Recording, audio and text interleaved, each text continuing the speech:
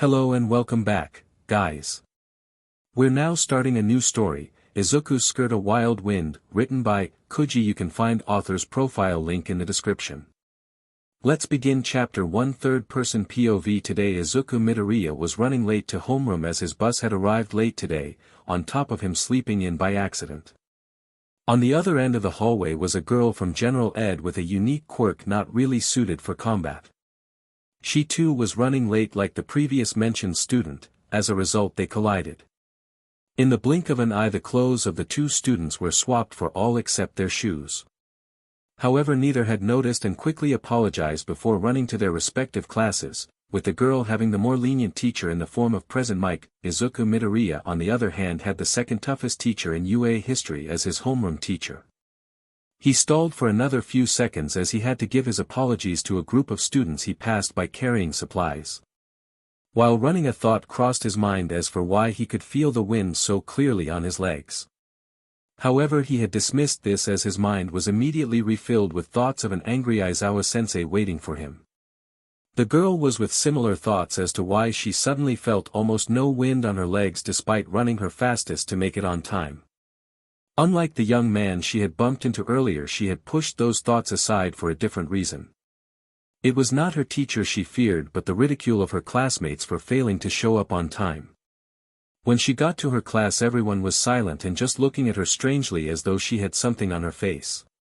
Her teacher began laughing for some reason unknown yet to the girl for nearly 3 minutes before finally stopping to wheeze for air. "That is the correct dress code, if you were a male student, that is," Present Mike told the girl as she looked down realizing what she was wearing. "I accidentally activated my quirk again," she thought to herself before squatting down and covering her now probably red face. When Izuku Midoriya got to class he was wheezing as his lungs were burning from overuse. As he finally got some air he looked up to see the guys' faces twitching with awkward smiles. The girls and a few of the guys were blushing with the girls covering their mouths, excitement rather than shock on their faces. He was confused until he heard his teacher groan, drawing his attention to the hobo-looking hero. "Midoriya, why the hell are you both late and cross-dressing?" he asked his student, making the young man confused. Izuku Midoriya looked down to see he was wearing not the clothes he put on this morning but the female uniform. "Why am I wearing the female uniform?" Izuku Midoriya shouted in confusion as he tried to hide behind his school bag in overwhelming embarrassment. He was sure his face was as red as Kirishima hair right now, unsure of how he will explain it to All Might. Shoulda Aizawa POV. I had started roll call only to see that Problem Child was not here. This worried me to say the least. Out of everyone here the only ones more punctual were Ida and Yayorozu. They had just barely survived the USJ incident and I was supposed to be telling them of the upcoming sports festival. It is to be taking place the first month after the beginning of the semester, so a little over 2 weeks from now. This made me worried for his safety as I was not told that my student would be missing school today. All the other students were also clearly worried as they were told last week that Midoriya was supposed to be fine. I was about to call Nizu to check with him to see if he simply decided to worry me out of amusement by not telling me of his absence. Then the door swung open and I saw Problem Child come in out of breath with even if I would never admit it relieved me. It was a second later I noticed what he was wearing and was dreading what he would have to tell me.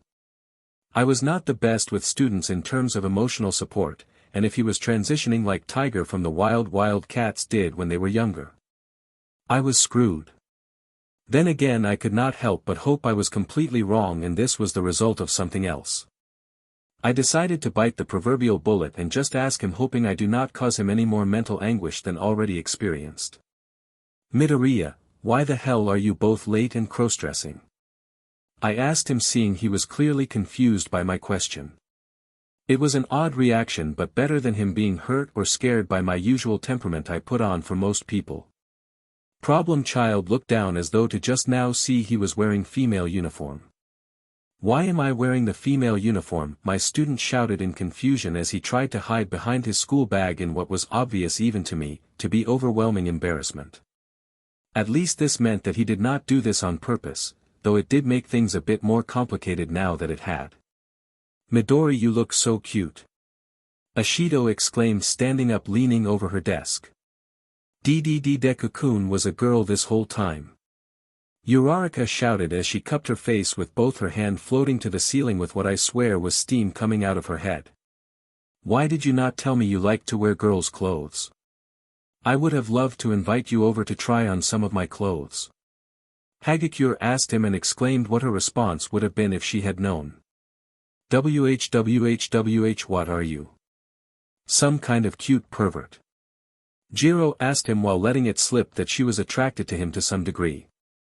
This is quite improper, but I do agree those stockings do a really good job of showing how well toned his leg muscles are. Yaoyorozu said, making that two confessions now that I need to keep focused on their training. I know this might be a little wrong to ask, but am I the only one getting tingly between their thighs? Karo. Azui said, awkwardly rubbing her thighs together as bluntly as always. This made 3 I had to worry about, with her being a legitimate worry for problem child virginity. Up till now I had to worry only about Mineta going after the girls, now I needed to worry about the girls going after problem child.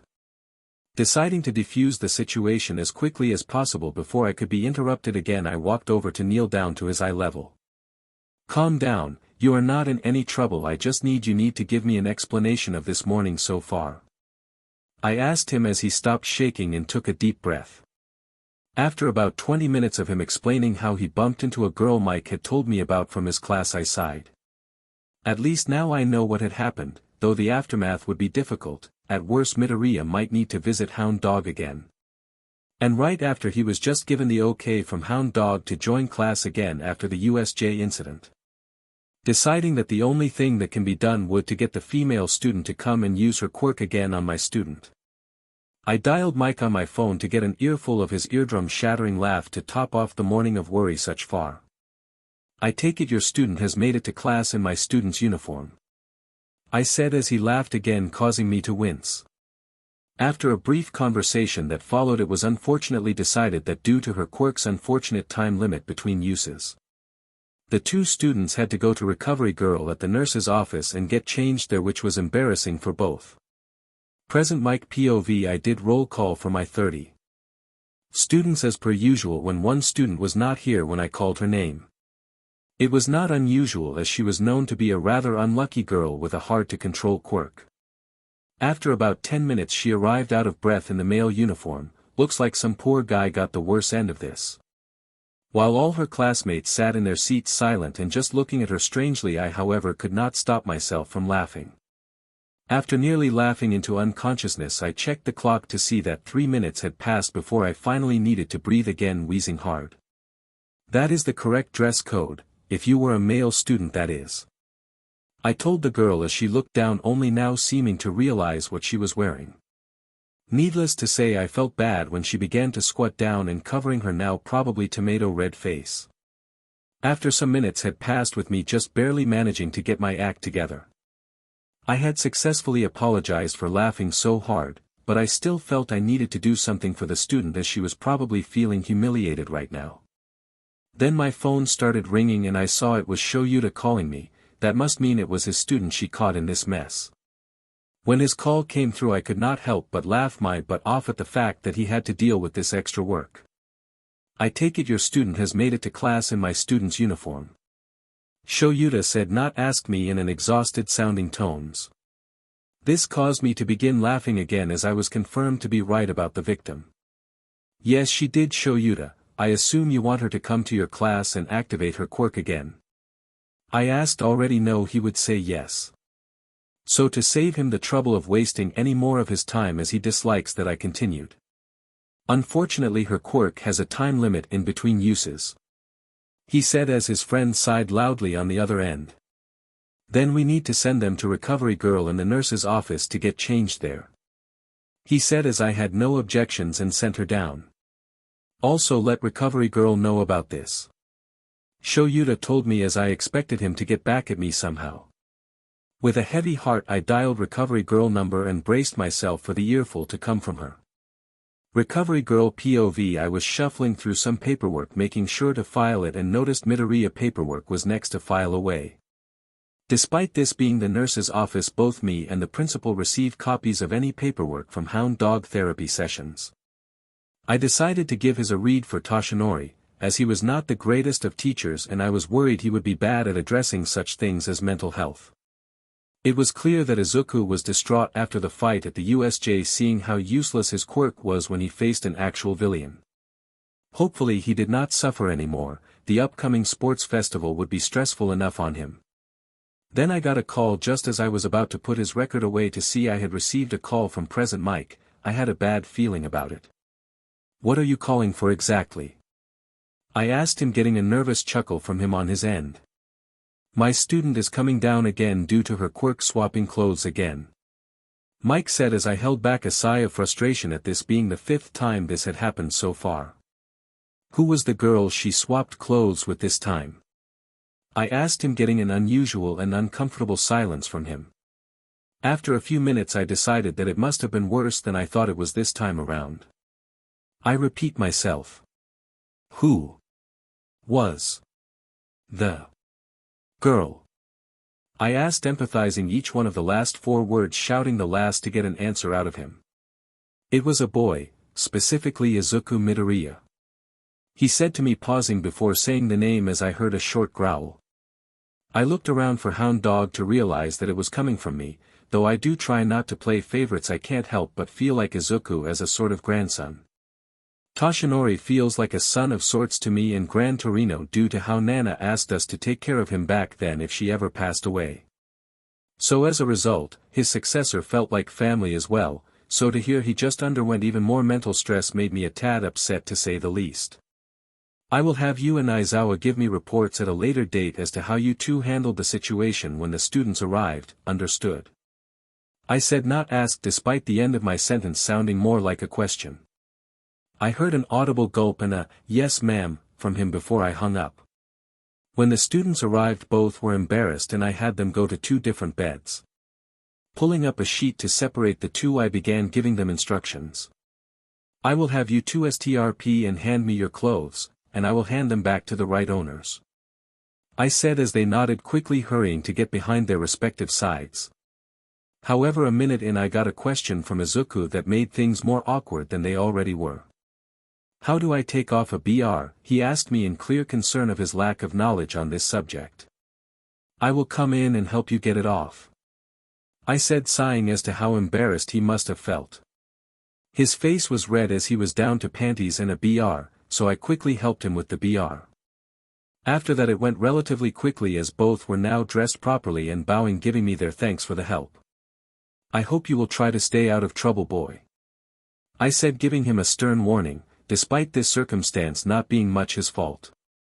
"I promise I won't, Grandma," he said, causing a silence between everyone as a look of shock came over the female student face. He quickly covered his mouth with his hands, shocked himself at what he just said to me now. "You are not to speak of this to anyone, understood?" I told the female student, making a similar threat I did to Mike earlier. She went pale as I patted my cane against the palm of my hand, making my message clear. They shook their head vigorously and ran out back to assuming Yili their class as I turned to Izuku, intercepting his apology he was about to give me. "I understood you did it by mistake, and I will admit I have similar view of you, my boy," I said, patting his currently shaking shoulders. "Thank you. I never knew my grandparents, as Mom said they had passed away when I was little," he said, blushing lightly with a small smile. I sent him on his way after that and letting him know this was not something to be embarrassed about. But it was something he might not want to tell others, considering the attention he might get from their most likely wrong and blown-up interpretation. After all, if he struggles to speak in front of his class, then he will definitely be overwhelmed by the thousands questions he would get sent his way. After he left, I got to thinking of my own granddaughter who hates me, even now. When my daughter died, I threw myself into my work despite the pain she was clearly in. Now I regret my decision to put my career before my family, however I do not have her contact information now. Last I heard, she married a man who works overseas in America. What was his name again? I asked myself out loud, unable to remember his last name. The only thing I remember is that his first name was Hisashi and that his quirk was something to do with fire, a powerful one at that. Chapter 2 Atsuka Kendo POV. I was asked at the start of class to take 6 other students with me to get some supplies for the class that our teacher forgot to grab yesterday. So I got all the girls to go with me to enjoy some girl talk with us all away from the boys. Prying ears. As we were walking by, we saw a boy we saw in all our UA acceptance videos as the second place scorer. He had messy green hair, emerald green eyes, diamond-shaped freckles, and, for some reason, was wearing a girl's uniform. "Hey, is that the boy who got second place in the exam?" asked Pony, to which we all nodded. "Also, is it just me or did you all also get turned on by him dressed as a girl?" Setsuna posed the question, us all with a blushing grin. Just because we all thought that, it does not mean you had to say it out loud, I thought to myself, intending of speaking my mind like her. He looked so captivating, even without trying. He is in center stage. Kanoko said in a near whisper, but since we were all grouped together we all heard it. His beauty is so pure, even cross-dressing he emits such an innocent glow. Ibra said, looking as though she was ready to pray any second. The other two, Yui and Reiko, stayed silent as we continued to get the supplies, after which the rest of the day went as it normally did. Tsunatori household. Pony Tsunatori POV. When I first moved to this country to go to apply to my dream school UA, I had difficulty with the language. Though my father was born here in Japan, he moved to America to live with my mother where I was born. I came here where my cousins were to stay with them for the next 3 years while I study here.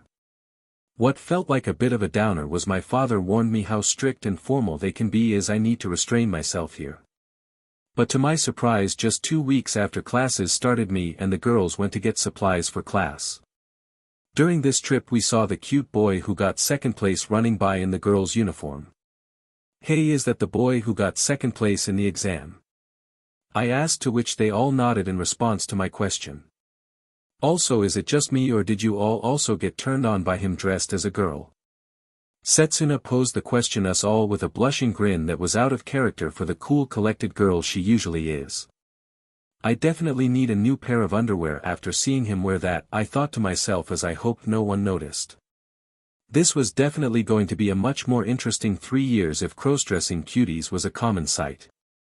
18+ warning. As soon as my aunt and uncle went to sleep, I went to my cousin's room to borrow her vibrating DLD. She told me to properly clean before returning it to her tomorrow night. As well as to hide it so her mother would not find it by accident during the day when we were both at our respective schools. Sometimes I really hate inheriting cow traits from my mutant-type ancestor.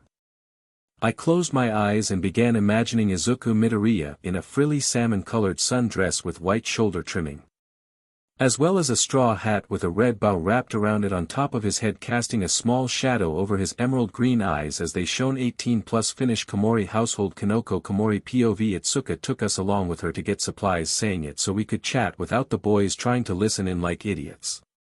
It was on the way to the supply room that we saw him run by, the super cute second place boy from the entrance exam. He was sporting the female uniform with red high-top shoes, and quite frankly I was getting humid down in my mushroom garden. Pony and Setsuna said something, but I was too captivated by him to really pay much attention to her. He looked so captivating, even without trying. He is in center stage. I said, wanting to make my thoughts known about him but too shy to say it any louder than my usual whisper. 18+ warning. I was tending to my share of the family garden as my parents were not coming home tonight, so I had the house to myself and nothing to do. Then when I see my mother's broccoli patch, I start to think of Izuku Midoriya and how his fluffy head of hair resembled it. Standing up, she drops her overalls, then proceeds to slide down her polka-dotted white panties down to her ankles. I bent down and plunged my favorite small hand shovel into the dirt. The image in my mind was him laying down in the shade of a public park as we fed each other magic mushrooms. Then before the mushrooms take effect, he grabs me by my butt and forced me up and down his ected pages. To top it, people would pass by and stare at us, make us and our love their top priority, their main focus. Some enjoying the show we are putting on and many scowling at it, calling us indecent pigs yet refusing to look away despite their disgust. I kept this up till I had no more strength to move my legs and fell forward into the dirt coming out of my fantasy. I rolled over breathing. My legs were numb, my favorite gardening tool had a significant amount of my bodily fluids on its handle as a thought occurred. Perhaps I can grow some of those mushrooms and use them to make him an Italian dish for lunch. I pondered before forcing myself up to go shower and make myself dinner. 18 plus finished Tokage and Azui households third-person POV. Just this morning both Tsuyu Azui and Setsuna Tokage had seen Izuku Midoriya in a skirt. Ever since that moment their loins have been aching greatly, and similar if not the same thoughts flooded the minds of these two young maidens. 18 plus warning. Izuku in a green one-piece swimsuit, a bulge clear and defined as he stared at their irked PPS. "WWW, what are you gonna do to me?" he said as he was approached by either girl in their own dream. Walking up slowly to him, he backed away at an equal pace till he tripped and fell, turning around in the process. "Nothing much, Izuku Deku, I am just going to make sure your lower half knows who is in charge," they said as they got on top of him. Izuku released a scream as his rear was violated with no care at all by the girl before, or rather behind him. "I will make you my wife, Izuku, no, better yet, I will make you my adorable pet," they thought as they kept moving into him. His butt clenching their PP for dear life as they soon unleashed their load into him with all they had in their seminal vessels. Chapter 3 Third POV. It was a new day of school, and the girls of the hero course along with a few of the guys were all either giddy or nervous to see Izuku Midoriya. Among the girls who came prepared with a plan to make their move on him, two of them had their weapons ready. The third required no weapons for her plan, though she did need to ask a certain women for her help. Pony had woken up early to make Izuku. Along the way she had bumped into someone and spoke briefly with them before continuing to head to her soon-to-be boyfriend. Unaware that she was being followed by her homeroom's class rep Itsuka, or big sister as everyone referred to her jokingly. Even if she knew who was following or that she was being followed to begin with, it would not have deterred this American girl from trying. She was like a loyal steed of old, trotting along to the front door of her MSTR who was taking far too long to get ready for their journey. Just like how the horse would nudge the front door open with its nose to poke its head, and she used her horns trying to find him before he found her. It was there in his seat he was being mocked by the first-place boy from the exam for wearing the female uniform yesterday. Getting upset at the sight of this, she launched her horns at the back of the blonde bully head. Like the horse who kicked someone that stopped their MSTR from kicking off their journey. In this case the horse was a girl, and the journey was their love journey to inevitably being married one day. Everyone looked to her as surprised as to who it was that attacked the class locally known Angry Pomeranian. "Hey there, you are Izuku Midoriya, right? I got a gift for you," she said, holding up the insulated water bottle with her homemade drink. Everyone looked at her with their heads pegged to the side as they tried to figure out how she knew their green-haired classmate. Noticing this and the nervous look the green-haired cutie of her dreams was giving her, she skipped her way up to him. "I heard you were the only one with serious injuries out of all your classmates, so I made a protein shake to help you so your classmates don't have to worry as much," Pony said as most of the guys looked jealous. "Thank you so much for offering your help to our classmate. Your concern for your fellow students is quite commendable," Tenya Ida said, chopping his arms in their usual robot-like manner. He was impressed to say the least that despite the rumored rivalry between past Class A and B students in the hero course, she seemed to want a friendly relationship between them. "But why can't I help but feel that there is something else going on here?" he thought to himself. It seemed more like she was using us as an excuse than anything. Ida had trouble keeping this thought out of his head, but it was stopped when he noticed that girl come in. "Thank you for the help. Sorry if I got your name wrong, but I believe you came in 9th place for the entrance exam, Tsunatori," Izuku said, hoping he got it right. The smile she gave him made him feel relieved that he got it right. "You can call me by my first name, Pony, so here, take your time to savor it," Pony Tsunatori said as she undid the cap about to tilt it to his lips. When suddenly someone hugged her from behind, making her drop it. She noticed some orange hair from the corner of her eye, realizing who it was that was hugging her. "Hey, how are you, Pony?" Itsuka exclaimed as she gave her classmate rival an embrace where they could not escape to catch her drink. I hope you like your hard work going to waste, cowgirl. She thought to herself with a cheery smile on her face, but a smug grin under that mask. Oh no, did I make you spill something? My bad, can you forgive me? Itsuka asked, feigning her worry for messing with her friend's hard work for Izuku. However, the giggle she got from Pony made her worry that she had somehow failed. That was when she noticed the bottle still upright but suspended in mid-air.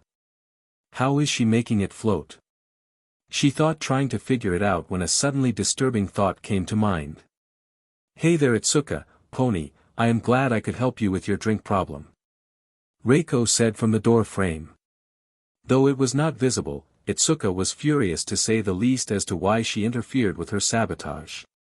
A few minutes earlier in the halls, Reiko Yanagi was on her way to class when she saw her classmate Pony Tsunatori carrying a water bottle. Realizing what her plan for Izuku may have entailed, she approached, deciding she was a good partner and ally to have against the others. Hey Pony, I have a suggestion for you. Reiko said, getting her blonde classmate to turn around for her. She gave her a curious tilt of the head to indicate she was wondering what it was they were about to say. If you agree to share Izuku with me, then we will work together to win him over. She said as the blonde bombshell of a friend started to clearly think. Even if I have to share him, if it is with Pony, then I know that she will not go back on this promise. Reiko thought this passingly, as she had decided the previous night that a three-way relationship with her would be good. While she was silent and level-headed, Pony was enthusiastic and overflowing with happiness. Together they would be more useful to Izuku than apart. Plus, if she was to be openly honest with herself and her classmates, the self-proclaimed ghost girl had realized something. She discovered. When she saw Izuku Midoriya in a dress, and Pony would seem like she would be a great wife to have alongside that boy. Pony was wondering why her classmate friend was not being tempted to be selfish with Izuku like the rest of them were. Though polygamy was not legal in the USA, it was legal in here Japan thanks to how many different temples religions are practicing the subject. As much as she wanted a marriage like her parents, she had no problems sharing Izuku with another girl. Plus Reiko, despite looking like she gets very little sleep, she was cute, not Izuku level cute, but cute enough she would definitely like cuddling with both of them. Okay then, how about we seal the deal, wifey? Pony exclaimed, confusing Reiko with the nickname. Her confusion was short-lived however, as the blonde pulled her into a deep kiss on the lips, granted it lasted only 10 seconds or so. However, after Pony pulled away, this may have been an even better decision than I thought, before proceeding to nod back. After that, Pony ran to Izuku's classroom to give him her gift, however Itsuka was behind her at the corridor she just turned down. Better make sure you do not get the jump on Pony, Reiko thought as she then followed behind Itsuka, who was following behind Pony. Back to the present, Izuku was surprised to have someone be so nice to him, and a stranger at that. Not wanting to waste their kindness, the young man picked up the bottle, which is when Reiko decided to turn off her quirk. Taking a cautious sip, his eyes popped wide open, making Pony and Reiko concerned that it tasted bad. While the rest of his class instantly thought that the rumor rivalry was true and they tricked their class official cinnamon roll. What he was about to say next though brought relief to everyone and made Tenya Ida scold himself internally for second-guessing the blonde student from class 1B like he did. This is delicious. Izuku exclaimed as he started chugging it, making Pony incredibly happy. Though the young man made a quizzical face like he was trying to figure something out but was unable to place it. For some reason the milk in this brought my mother to mind. He thought to himself before getting back into focus. It was great, Pony. Where did you get this milk though? He asked her as she shuffled her feet with a blush on her face, twiddling her index finger together. It is a family secret, but you will know one day, Izuku. She exclaimed in English as she gave him a peck on the cheek before leaving. Izuku Midoriya was shocked for two reasons, the first being that it was the first kiss he ever received from a girl who was not his mother. Secondly, he was fluent in English to the point where he could erase his accent. As a result, when he had helped a few American tourists in the past, they had asked him if he was half American. This meant that he understood her perfectly and the implications of what she just said to him, causing him to go red in the face. She basically just confessed to me, right? He had asked himself before his classmates pulled him out of his thoughts. Our green-haired hero in training was then hounded by Minoru Mineta and Denki Kaminari about how he managed to pick her up. The questions only ended after Aizawa-sensei showed up about 10 minutes late telling them all to sit down. Do you mind if I also have a taste from them? Reiko said, pointing to Pony chest with a bit of a blush. With how their sweet Izuku reacted when he drank it, she could not help but be curious as to how good the milk tasted by itself. Also, if she was being frank with herself, she felt left out with being the only one in this soon-to-be three-way relationship to not have tasted it. Pony gave her a small smile as she looked up from her lover-comrade's shoulders level and directly into her eyes. If you want, I can give you a taste in the girls' bathroom immediately after school. Pony said, happy that she was serious about the three of them becoming an item. Reiko, being silent as ever, nodded, grabbing her now lover's hand and bringing them back to their class before they ended up late. UA Recovery Girl Nurse's Office. Third POV. It had finally reached the end of the day, and two green-haired girls who sat out of the Hero Foundation's class today were making their way to the nurse's office.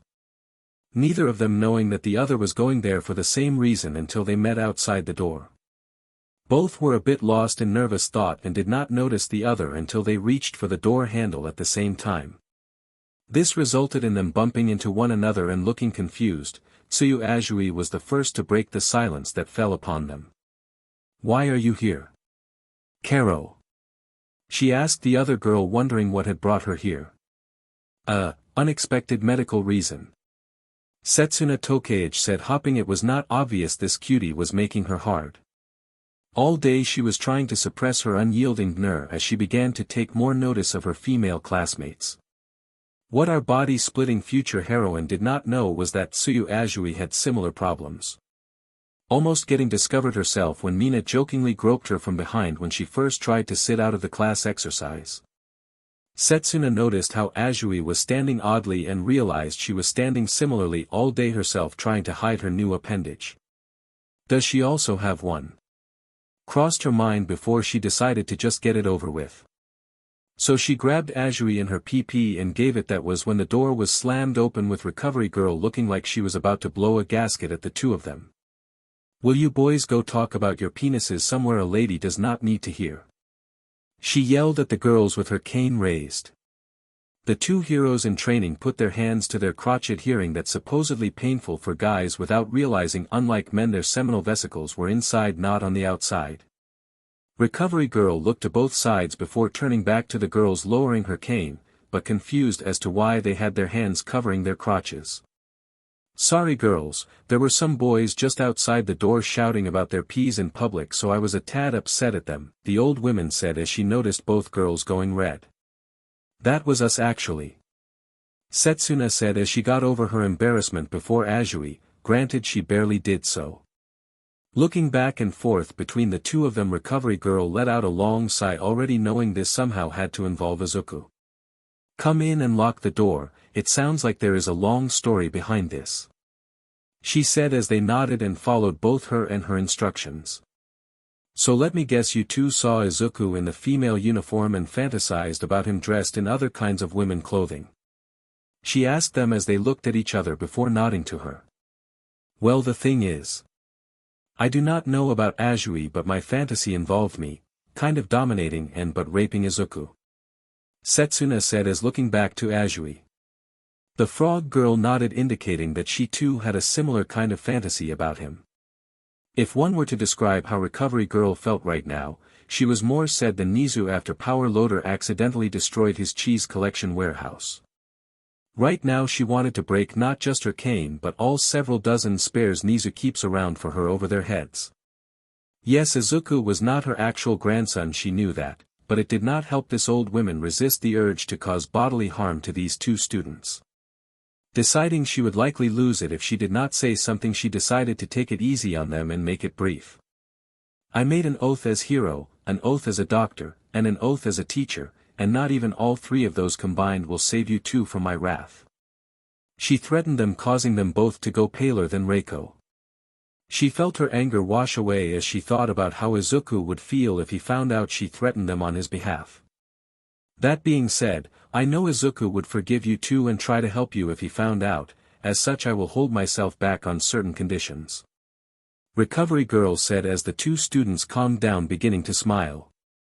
First off, you two will go to mandatory therapy sessions with Hound Dog 3 times a week after school to learn to control these new urges. 'Cause if I find out either of you two lose control and actually do RPE him, well, I know how to easily dispose of your bodies if you do. She said as the two nodded nervously, thinking she had finally calmed down, only to threaten them again. Second, you two will not be allowed to be alone with Izuku unless supervised by a teacher, and I will be making sure Aizawa, Vlad King, and All Might all know of this along with your current situation. Recovery Girl added, seeing them both embarrassed, most likely from having more people find out about this. Finally, when you two are ready to come out to your classmates about this, all you have to do is ask and I will be there beside you too. She said, smiling, as she knows how stressful it was for Tiger from the Wild Cats. Why you mean it? Setsuna was shocked to see how supportive she was. Despite them telling her they fantasies of raping who was clearly her favorite student, as pretty much everyone at UA could tell. As a hero, as a doctor, and as a teacher, I will always give you students the support you need no matter you do. Recovery Girl said, standing up on her seat to pat the heads of the two students sitting across from her. As the girls began to cry, she knew she made the right choice. After all, she wants to set the right example for Izuku. Inko, I promise I will be deserving of your forgiveness when we finally meet again, wherever you are. She thought as the girls were still letting out all their tears and worries they had about how they would be treated when they told someone of this. Chapter 4, Third-Person POV. The Uraraka family was eating dinner when the youngest of them, Ochiko Uraraka, had spoken up, gaining the attention of the older two. After seeing the assertiveness of that blonde girl from Class 1B, she decided she could no longer wait to make her move. Dad, can I get some advice from you? She asked her father hesitantly.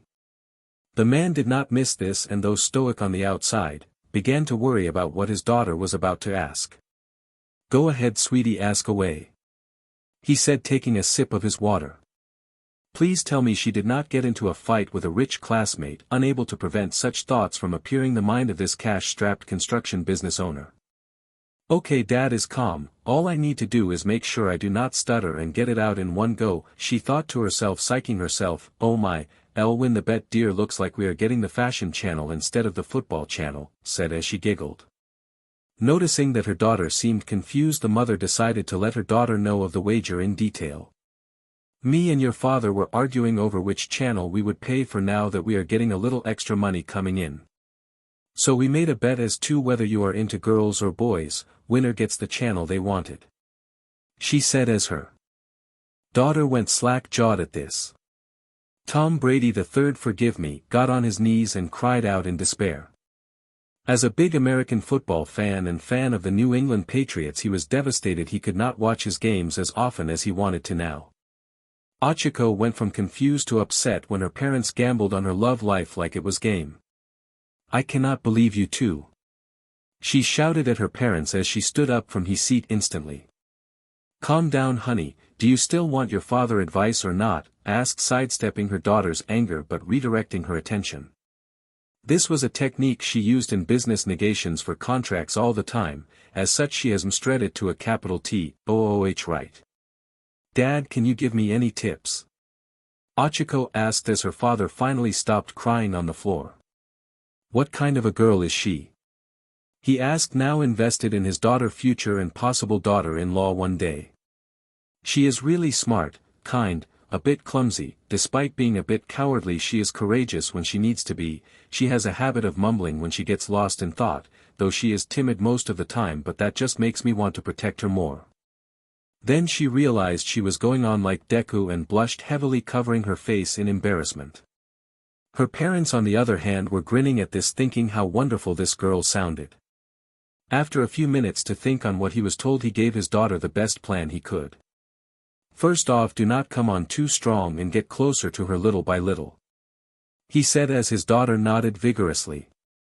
Secondly, try to help boost her confidence so when you do ask her out she will not say no, thinking you could do better than her. Me and your mother know that one from experience.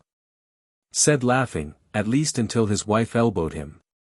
Ochako found this amusing that her assertive mother who always glows with confidence was once similar to her adorable Deku. "Oh, by the way, can you show us a picture of her?" asked her daughter as Ochako showed her parents two pictures. One was Deku in the boy's uniform, the other in the girl's uniform. Both parents tilted their heads in confusion. Why was she trying to pass herself off as a boy at school?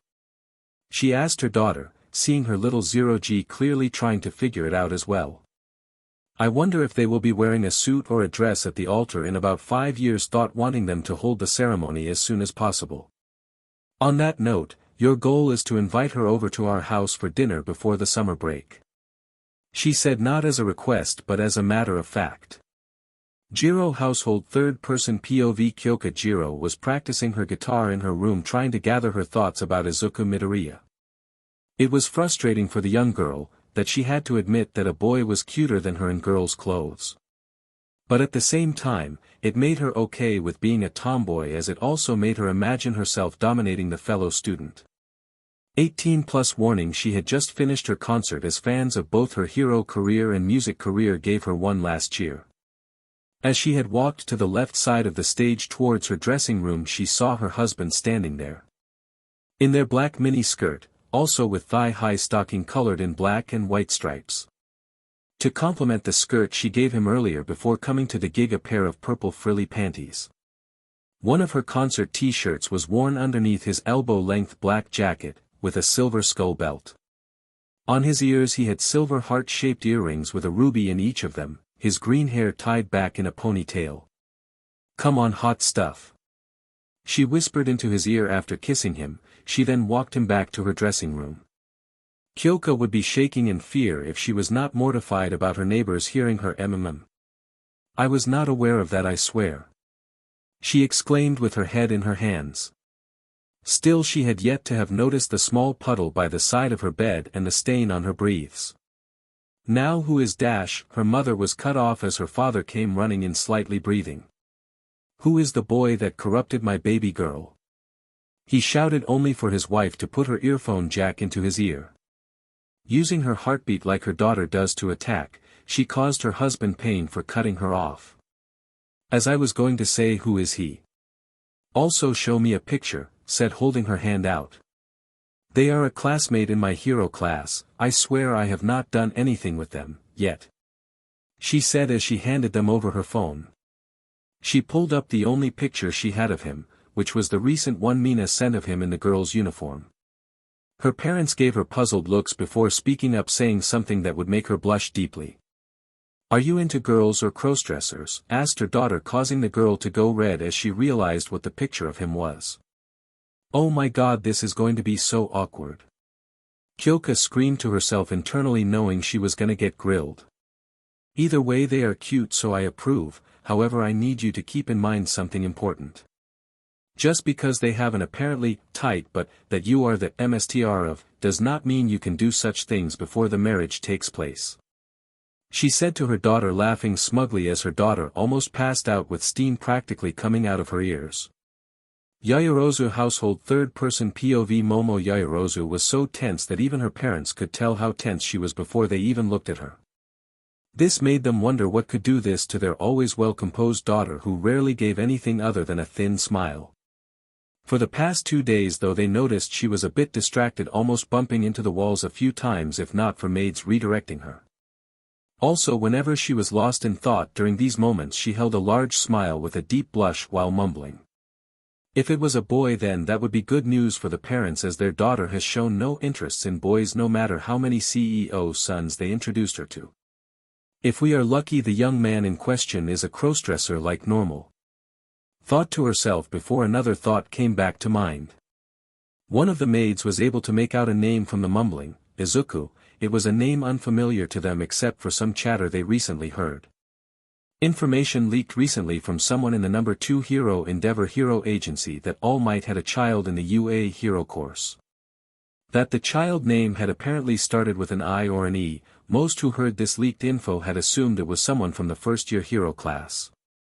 The fact that this person she is mumbling about has a name that starts with an I was a possibly good thing for the Yaoyorozu family if the rumor was true. It seemed that today they would finally determine if their theory was correct or not. "Mother, father, I need to ask you two for permission." Momo asked her parents, straightening her back still standing. "Sit down, dear, and tell us what it is you need permission for," asked her daughter after giving her instructions. If it was what she thought it was, then they could move Yaoyorozu Industries to new heights. I want your permission to date a cross-dressing boy from my class," Momo said, bowing to her parents while she was still down. Ever since she started thinking about Izuku like that, she was also worried that her parents would disapprove and say no. When the young heiress looked up after few moments of silence, she saw her mother grinning like a Cheshire cat and her dad holding back a chuckle. "Of course, honey, this was expected to happen. In fact, I was worried why it was taking you so long," she said as her daughter answered with a dumbfounded look. Finding her daughter's lack of understanding was as amusing as it always has been since she was little. "You see, it is a common thing in the women of the Yaoyorozu to be attracted to cross-dressing men," said as she hugged her husband, lightly resting her head on his shoulder. "Dad is a cross-dresser," Momo could not help but exclaim, as she could never picture her father in a dress. Then her mother showed her a picture of a younger her with a cute girl with the same hair and eye color as her father. "So I take it from this picture both of you approve of me liking him?" she asked, handing back the picture, hoping this was a yes. "Of course we will, so long as you remember you call the shots. As such, you have to tame that cutie like a proper woman of the Yaoyorozu family," said, giving a tense glare at her daughter, making her nod. Momo was worried as she wanted to take it slowly, like the relationships in her romance manga that she always likes to read. "Also, how good are his grades? What is he like in terms of intelligence?" she said, raising an eyebrow, needing to make sure he could at least take the seat of CEO like her husband did. Momo took a deep breath, as she knew this could determine whether or not she can continue to pursue him as a possible lover. "His grades in every class is perfect, except Hero Foundational Studies." She had noticed her parents giving her an odd look at this. "He is a late bloomer. Apparently he just got his quirk shortly before the exam day, so his body is still adjusting to it overwhelming power," Momo said, as her parents seemed to have been relieved by this information. "As for intelligence, according to what I heard our homeroom teacher once said, Principal Nizu gave him an IQ test and found out his falls short only of Principal Nizu," she told them, seeing their shocked faces, that without an intelligence quirk he is just as smart as the most intelligent individual in all of Japan. "Though I do not know if this means anything, but I have seen All Might walk him to his office a few times," Momo told them, swearing she could see a glint in both her mother's eyes. "Starting from this day onward I will train you in how to train your cross-dressing boy, okay?" said as she leaned forward, resting her elbows on her knees and her head in her palms. Momo knew that both she and Izuku were going to be in for it, but she had to admit it. Her mother's aggressive approach was likely her best bet, assuming she was not the only girl among the two hero course classes to have fallen for Izuku. Hagakure household Toru Hagakure POV. I invited Mina over to my house that day to go over clothes we thought would look good on our class's cinnamon roll, Izuku Midoriya. After seeing him in the girl's uniform, both me and Mina decided we wanted to see that cute boy dress like that more often. Also, both of us wanted to get a piece of his cute butt, and that was before we ever saw him in a skirt like that. For me, it was after the entrance exam where I was saved by him from a robot attack I could not dodge in time. Granted, with how very few points I managed to get, I would have just barely passed, so unfortunately had next to no time to worry about him. But after seeing how he took down the 0-pointer in one shot, I had no doubt someone that strong would not pass the exam. Then came the day he showed in the girl's uniform after he saved us Aizawa-sensei in the USJ. I knew that I had managed to find someone who was as much of a powerhouse as he was a cutie. There was no way I was letting him slip through my fingers without a fight. Mina Ashido POV. I was drawn immediately towards him during the first day of class where he stood up to Aizawa bullying him. It was really cool of him how he stood his ground and proved their teacher wrong for looking down on him like he was doing. Then at the USJ he led Tsuchan and Mineta to safety when the three were surrounded by villains in the water. But that day when he showed up in the female student school uniform, I was getting slimy down there, to say the least. Those stockings really did show off how muscular and well-toned his legs were from what I had assumed was hard training. And did I have a hard time not imaging him choking me with those CC legs of his. Though I will not deny that his butt is just as appealing as his legs, and this was coming from me, a leg KNKMSTR of all people. Fortunately no one seemed to notice my puddle under my desk as we were all focused on Izuku that day in class. So today I met up with Toru at her house after school to see what things from her wardrobe we could get Izuku to wear. Tomorrow we will go to my house and do the same thing, then invite him over to my house as my parents will be busy working late.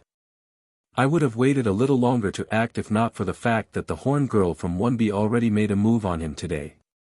If another girl makes an attempt tomorrow, I swear I will melt their shoe locker with my acid without a second thought. Chapter 5 Nizu POV Recovery Girl had told me of a rather disturbing yet intriguing problem that was beginning to grow in the briefs or rather skirts of some of my students. Azui as well as Tokage had developed something new on their bodies that may pose a concern for Midoriya virginity. This is how I had come to this moment where I had her, Hound Dog, Eraserhead, and Vlad King in my office to discuss this issue thoroughly.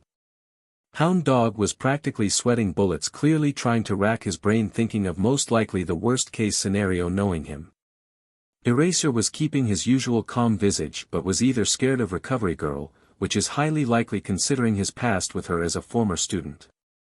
Though if I had to place my bet, it is most likely due to the fact that Midoriya is in this scenario both mentally and physically at risk. With Azui having potential for only the mental, if she actually does snap and goes at her classmate, she will most definitely be filled with regret and shame afterwards if it happens.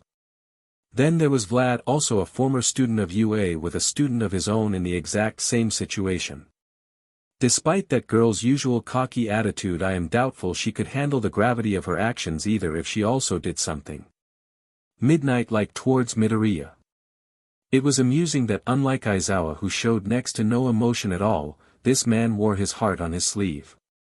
So his fear of the small old lady in the room was evident, as a single glance from her was all it took to make him WHP his head around, and away from her. Third-person POV The group of teachers had just finished listening to what Recovery Girl had to tell them about two female students. Tsuyu Azui and Setsuna Tokage had made a rather disturbing confession to the nurse that has also caused great worry among the others. Principal Nizu was silently sitting down analyzing everyone's reaction, already thinking of things to suggest to do for the students. Hound Dog, who was the school's guidance counselor and had never had to deal with a situation like this. Before it was Midoriya who needed his focus the most out of his class, but now two more students. These students' problems also had the potential to snowball out of control if they do not handle it properly. Right now he was sweating bullets as he was trying to figure out an alternative to whatever training hell Nizu probably has planned already. However, no matter how the man racked his brain, he could not think of anything other than forced meditation or chastity belts. Originally they were made only for women, but then Midnight Ancestor experimented with teasing their male partners and made one for men. Hound Dog was truly grateful that Midnight has yet to invent something like her ancestor did. He really hoped he did not raise a red flag just now. Eraserhead was doing two things after he had heard what he just did from Recovery Girl mouth. If this was, well, anyone else except for her and Nizu, he would strangle them with his scarf for making an offensive joke about his student. But he knows she would never joke about a student health like this, or about Izuku Midoriya health. In fact, when she called him and Mike down to her office for what happened to said student, she ended up breaking several of her canes over his and his annoying friend heads. Granted, she healed them, but she did so over and over again, which is how she broke several canes over their heads. He really hated that Nizu put aside a budget separately for her canes, especially since the mouse knows what they will end up used for by her. The first thing the sleep-deprived hero was doing was trying to wrap his head around this current mess. How in the love of hell has one of his better students now become at risk of raping one of his more mentally and emotionally at-risk students? He understood the actual process, of course. He was not an idiot. It was more of how Midoriya managed to cause this whole mess just by cross-dressing. They understood how a person's mindset or mental condition can physically affect their body. But this was a first. He has ever heard of something this extreme, and he has seen some crazy quirks in his career. The second thing he was trying to do was to, just like the others, figure out a solution. One of his first ideas was a self-control exercise where they would experience more pain. That is only when they think certain types of thoughts of Izuku Midoriya, but he immediately turned down his own idea. Knowing that Tiger had a hard time themselves when they came out, so to speak, he had a rough idea of what they might end up going through. Deciding that for once this was one kind of mental trauma where the benefits of overcoming did not outweigh the risks, he tried to think of something else. Perhaps we could take the risk of having Midnight help them.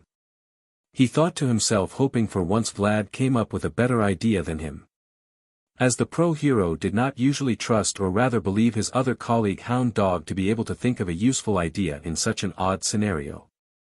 Vlad King, on the other hand, was confident he could keep his student under control, unlike Eraserhead. On top of that, unlike the hobo with his students who he pits against each other in cutthroat exercises to push them to be number one as individuals. He emphasizes teamwork with his students as he works with other hero agencies in the field often.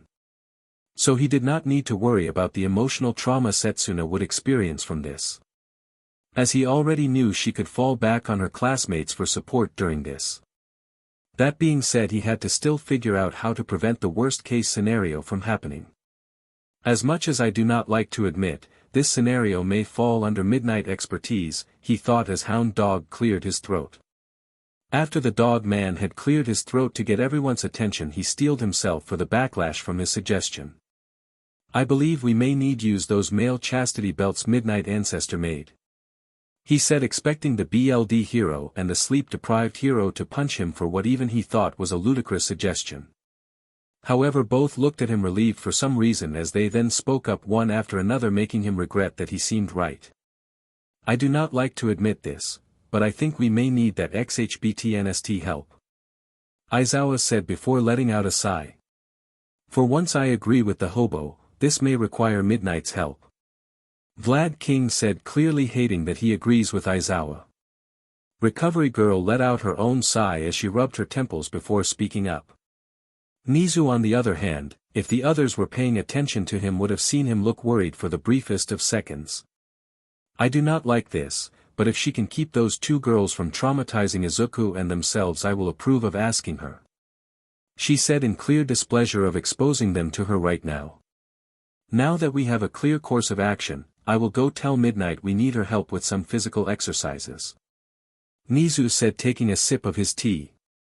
The others gave slightly uncertain nods, but none voiced a problem with their group decision.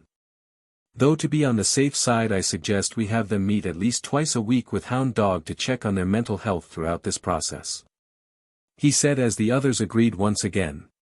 With that, the teachers concluded their private meeting and left his office so Nizu could make a call to Midnight.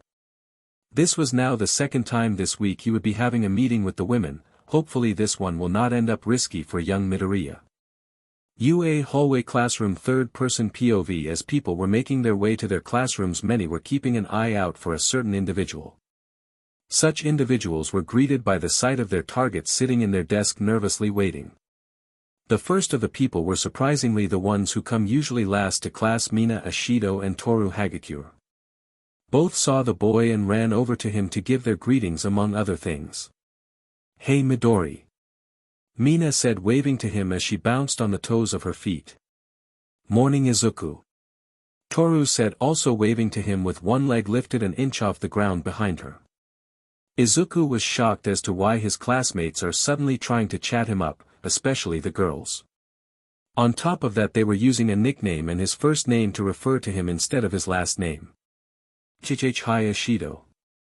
Hi Hagakure. You don't have to force yourself to be informal with me, you know, he said as he waved back at the two of them. No, just no Midori, Mina said, wiggling her finger at him for using their last names. We called you by your first name cause we want to be your friends. That means you call us by our first names as well, Toru said, poking his riot red cheek. I am not sure that.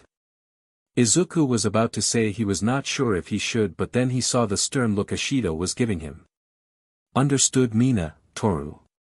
He responded, straightening himself. Good job. Now all you have to do is be a bit less stiff. Mina said, leaning forward, causing him to blush. A few minutes later of talking fashion with him, though it was all women fashion. Something he did not have a personal interest in but decided it would be helpful knowledge when it came his mother's next birthday. Another pair of the girls will enter the classroom a few minutes later. They were known as Ochiko Uraraka and Kyoka Jiro. Both had arrived separately at school but met in the hallway by chance and began talking. Their conversation on the way quickly turned to Izuku. I gotta admit, that despite him being a boy I was jealous as girl by how cute he was, while I practically look like a boy. Kyoka said with a sigh at the end. Though she was genuinely saddened by it, the thought of putting that cute boy in his place under her was a somewhat comforting thought. At the same time, however, it embarrassed the girl to even imagine herself doing something that intense, let alone doing it. You're cute to Kyoka. In fact, I want to cuddle you as much as I do Deku. Ochiko said, grabbing the other girl hands. She said this serious about how she thought Kyoka was as cute as her crush.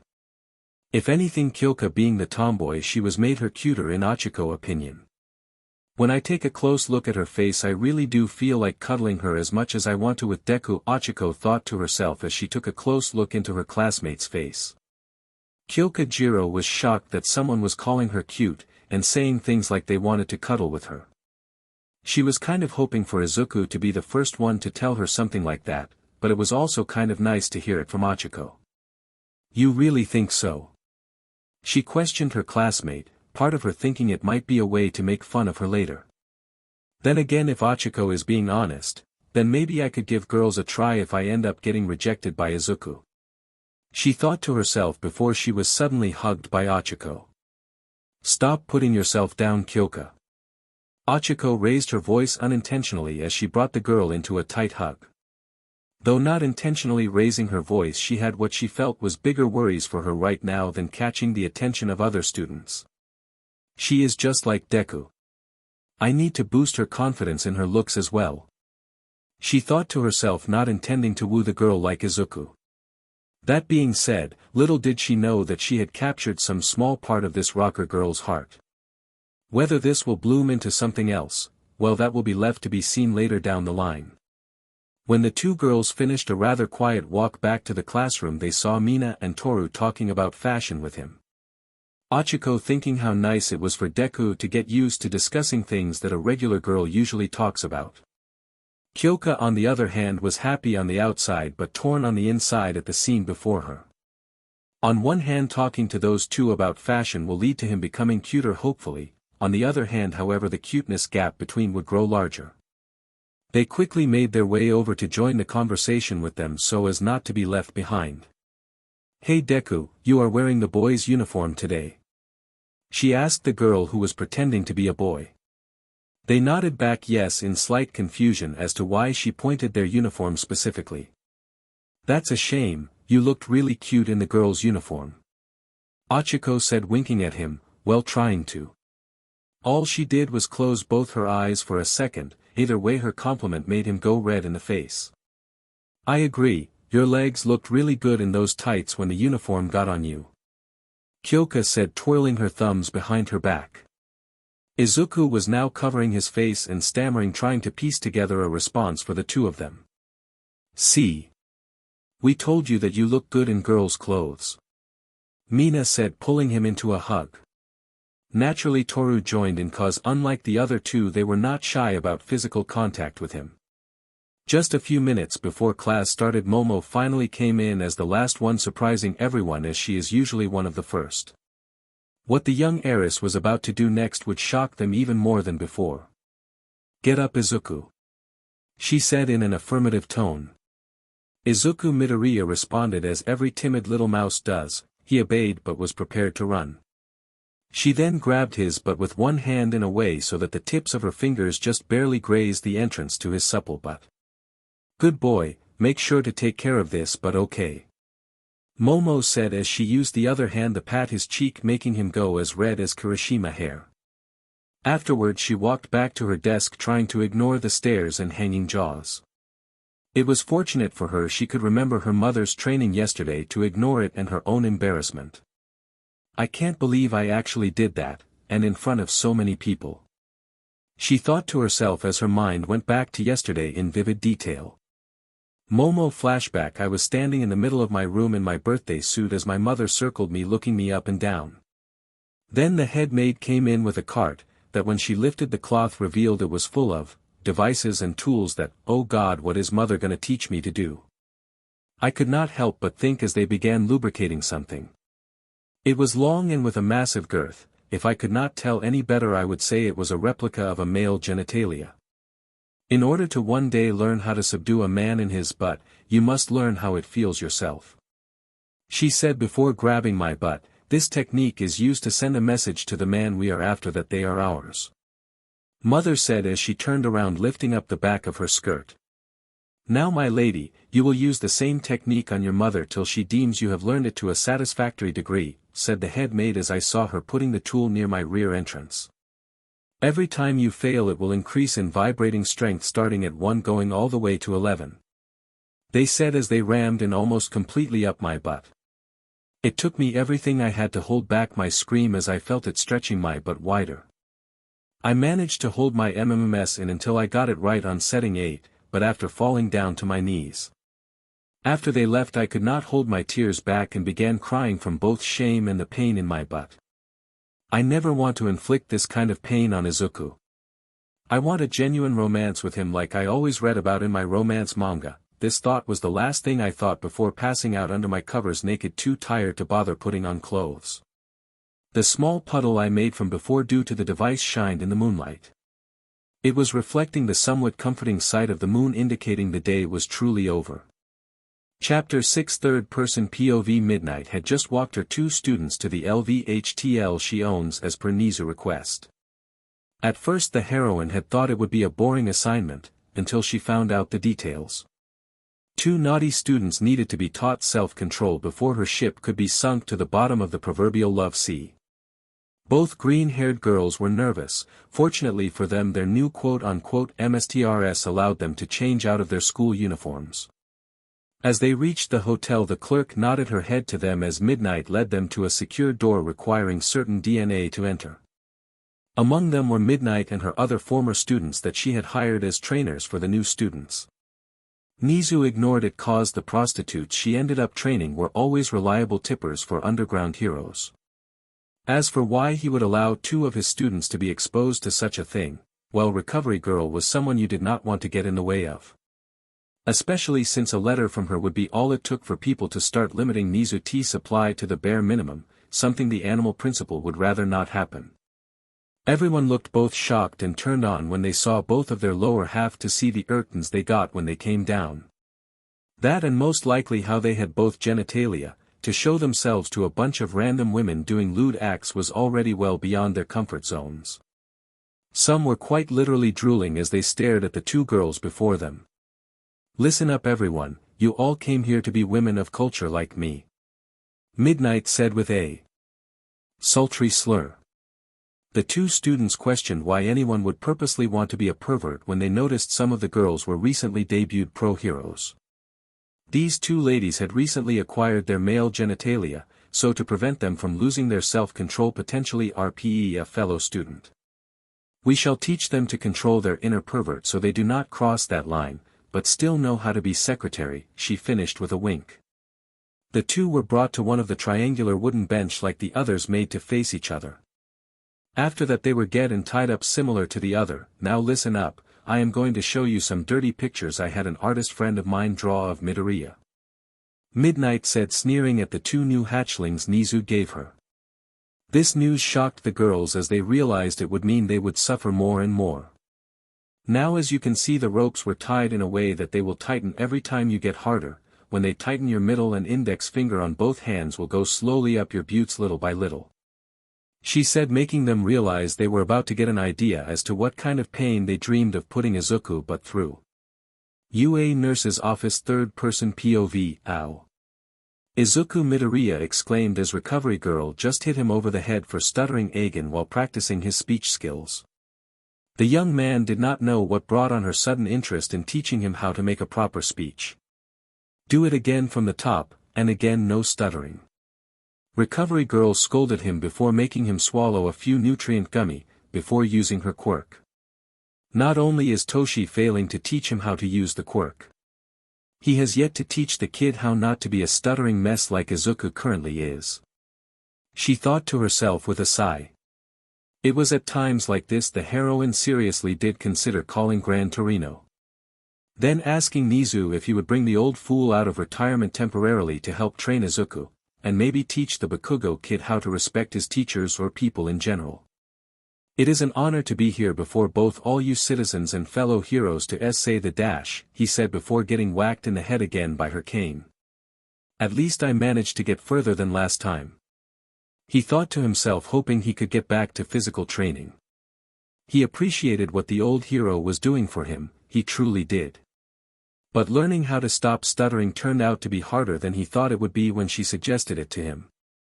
That was when he noticed how late it was and realized his mom was probably waiting for him to come home. After all, he already needed to turn down Mina's offer to come to her house, saying he needed to get ready for the sports festival. However, this was supposed to help. Sorry Recovery Girl, my mom is gonna be upset if I don't get them in time.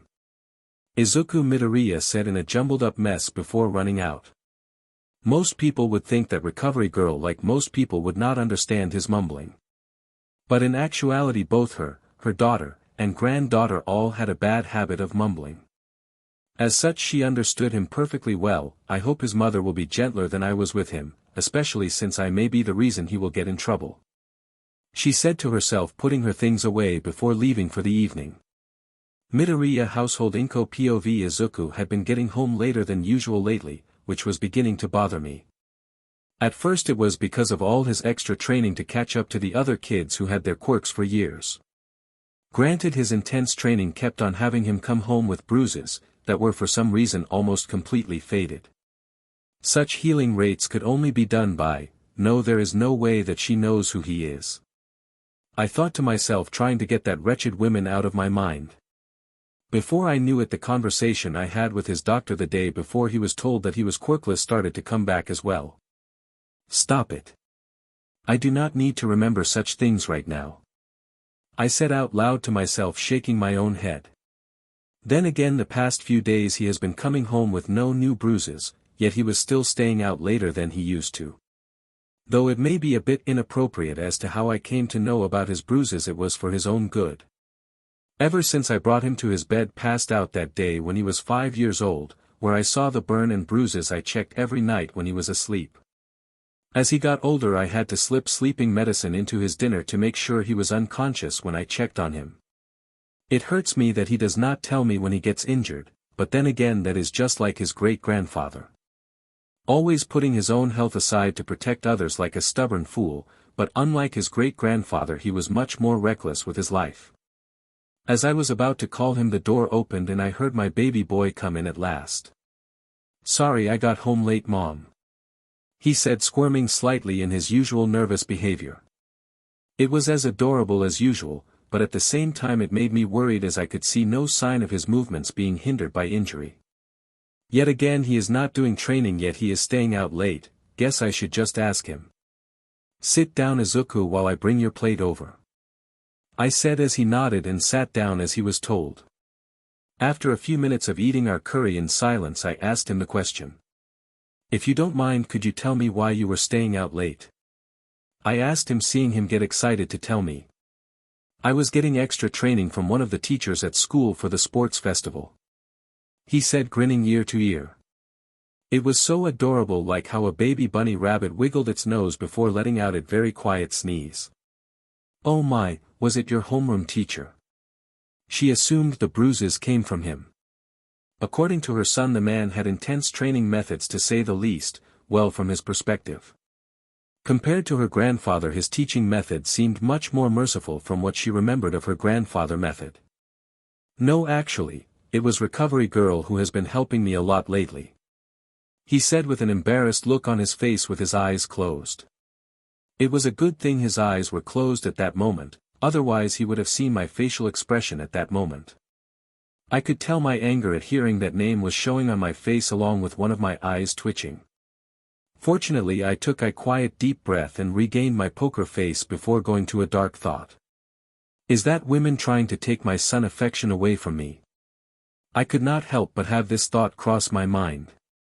I already lost my husband and I already took measures when he was younger to make sure she could never influence him to leave me as well. Yet somehow that Tmed hag is already slowly taking him from me. Did she figure it out and tell him? Say Izuku, do you remember what I told you about your grandmother when you were little? I asked, seeing him turn stiff instantly. This told me she told him something, but not the whole truth, otherwise he would be freaking out right now. With that she decided to take Izuku's offer from the principal for the parents of the hero students to get front row seats. At first she was going to decline, but now she felt that it was probably best to keep an eye on his interactions during it. Midnight Private Training Ground Midnight POV. I was disappointed beyond what any word or possible combination of words could possibly describe. It took the two students 63 seconds to get stiff at a drawing of Izuku in a dress with an upskirt reveal. As well as my expertly done knots, they were already on the verge of letting it all loose. With a sigh I gave the two former students of mine the signal to undo the two UA students' bindings. The moment the GGS and ropes fell to the ground, the two girls fell off their wooden horses, letting out MMS I never expected them to ever let out. Their loads were released during this time, causing them shoot their come into UA Sports Festival third-person POV. Everyone in the classes were getting warmed up, while Class 1B was getting properly warmed up. Class 1A on the other hand was in the middle of diffusing a rather violent situation. What the F gave you the idea to declare against Deku in TED ICY hot? Katsuki Bakugo shouted as Kirishima, Siro, and Kaminari were holding him back. The fact that unlike you he actually behaves like a hero, even if he cannot control his quirk yet. Shoto Todoroki said deadpan as usual. Who the F gave you the right to decide how a hero is supposed to behave? Bakugo once again screamed his lungs out at his classmate. I assure you I have seen the worst possible example of a hero on a regular basis. Shoto said as Izuku began fanboying. Your father must have introduced to lots of pro heroes, so of course it thanks to him you know a bad example when you see one. Izuku said, not realizing what he said both offended Katsuki Bakugo and made Shoto Todoroki slightly repulsed at the thought of him respecting his father.